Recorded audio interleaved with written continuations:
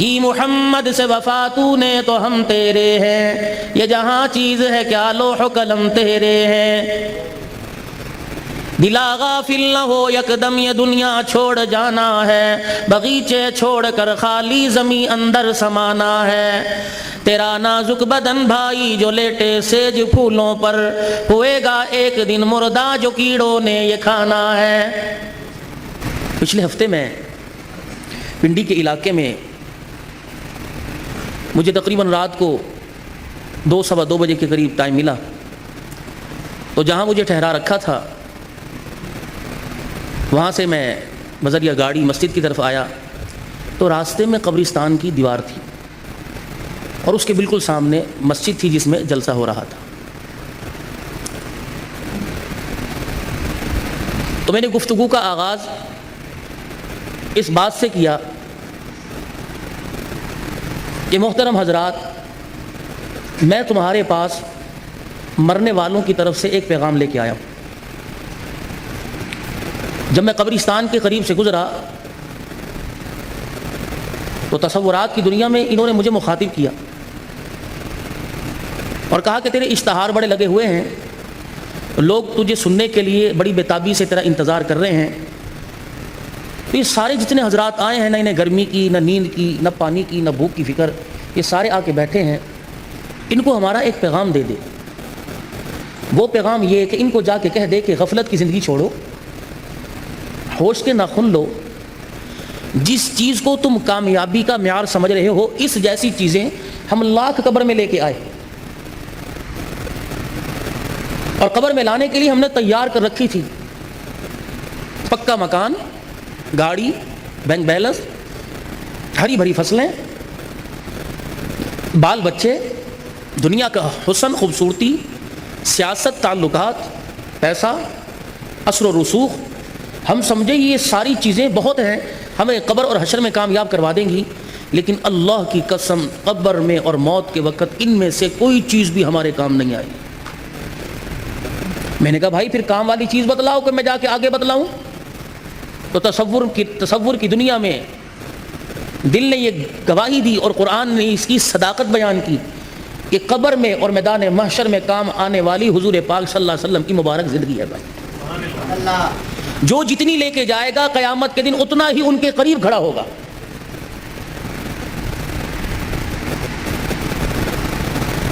بس یہ ہر جمعے کے اور درس قرآن میں آپ کے مولانا مبشر صاحب زیدہ مجدوہ، اللہ ان کی عمر میں صحت سلامتی کے ساتھ برکت دے، ہر روزانہ آج بھی جمعے کے خطبے میں آپ سے انہوں نے یہی بات کی ہوگی۔ کامیابی کا معیار رسول پاک صلی اللہ علیہ وسلم کی مبارک زندگی کی تابعداری ہے۔ اس کے علاوہ بھائی سارے کا سارا دھوکہ ہے۔ ماں کی گود میں آ کر جب سے اذان سنی اس وقت سے لے کر قبر تک جاتے وقت اللہ کی قسم ہم اپنی مرضی سے جینے کے لیے نہیں آئے اور اپنی مرضی سے مرنے کے لیے نہیں بنائے گئے۔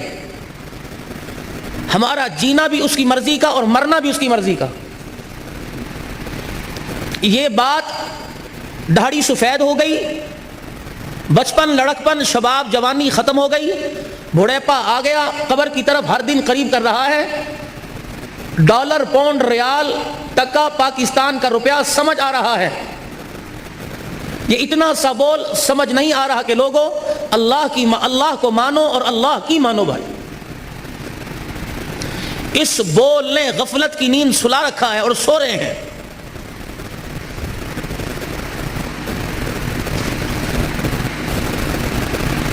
کبھی آپ نے، میں نے سوچا ریڑی والا بھی ہے، جوتی گاڑنے والا بھی ہے، دکاندار بھی ہے، وہ صبح سے لے کر شام تک حساب لگاتا ہے، کیا پایا، کیا کھویا، کتنا نقصان، کتنا فائدہ ہوا۔ میں کلمہ گو ہوں، حضور کا امتی ہوں، رحمت والے نبی کا میرے پہ حق ہے۔ اگر میرا حق ان پہ یہ ہے کہ وہ میری سفارش کریں تو ان کا بھی تو میرے پہ حق ہے۔ تو میں فجر سے لے کے رات بستر پر سونے تک کبھی میں نے یہ سوچا کہ آج میں نے ان کے کتنے مبارک طریقوں کو توڑا ہے بھائی۔ میں نے اللہ جل شانہ کے کتنے حکموں سے منہ موڑا ہے۔ کیا دین مجھے موت میت میں یاد آئے گا یا خوشی میں، کاروبار میں، تجارت میں، رہن سہن میں، محلے میں، مسجد میں، بازار میں، یا صرف موت کے وقت ہی؟ نمازی آدمی کفن کو ہاتھ لگائیں، بغیر وضو کے کوئی ہاتھ نہ لگائے، نمازی آدمی کفن سیئیں، نمازی آدمی غسل دیں، نمازی آدمی کفن پہنائیں، نمازی آدمی کندھا دیں، نمازی آدمی قبر میں جائیں، قبر میں اتاریں۔ جن کی گود میں کھیل کے گیا وہ بھی نمازی تھے، جن کی دکان سے سودا لاتا رہا وہ بھی نمازی تھے، جن کی چکی سے آٹا پسوا کے گھر لاتا رہا وہ بھی نمازی تھے، جس کے ہاتھ کا پکا کھاتا رہا۔ یا تو بھائی ان کو ایک مرتبہ اٹھاؤ، ورنہ یہ اس کے مزاج کے خلاف ہے بھائی۔ جس نے اٹھنا ہے اٹھو، دوبارہ اجازت نہیں بھائی اس چیز کی۔ درود شریف پڑھو۔ آپ تھوڑا سا میرے بیٹے اس طرف ہو جاؤ اور آپ میرے قریب آؤ، اللہ جزائے خیر دے، آ جاؤ۔ تھوڑی سی بات ہے، بس اللہ کرے یہ میری آپ کی نجات کا ذریعہ بن جائے۔ میں تو جو جمعے میں مولانا بشیر صاحب نے کہا وہی آپ حضرات کے سامنے دہرا رہا ہوں۔ قبر میں نمازی حضرات اتار رہے ہیں، جس کے ہاتھ سے 50 سال تک پکی روٹی کھاتا رہا وہ بھی نمازی تھی، جس کی کوکھ سے گود میں آیا وہ بھی نمازن تھی، جس کی محنت کی کمائی کھاتا رہا وہ بھی نمازی تھا، جس سے انگلی پکڑ کے چلنا سیکھا وہ بھی نمازی تھا۔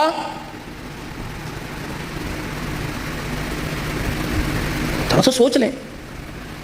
ایک طرف میں بات کروں پیر جی عبدالہادی دین پوری رحمۃ اللہ علیہ کی، جنہوں نے ساری زندگی میں بے نمازی کے ہاتھ کا پانی نہیں پیا، اور پیر عبدالہادی دین پوری رحمۃ اللہ علیہ کون تھا؟ جو 40 سال تک عشاء کی نماز کے بعد روزانہ مدینہ پاک میں 12,000 مرتبہ درود پاک کا تحفہ بھیجتا تھا۔ امام الاولیاء حضرت احمد علی صاحب لاہوری رحمۃ اللہ علیہ نے ساری زندگی بے نمازی کے ہاتھ کا کھانا نہیں کھایا۔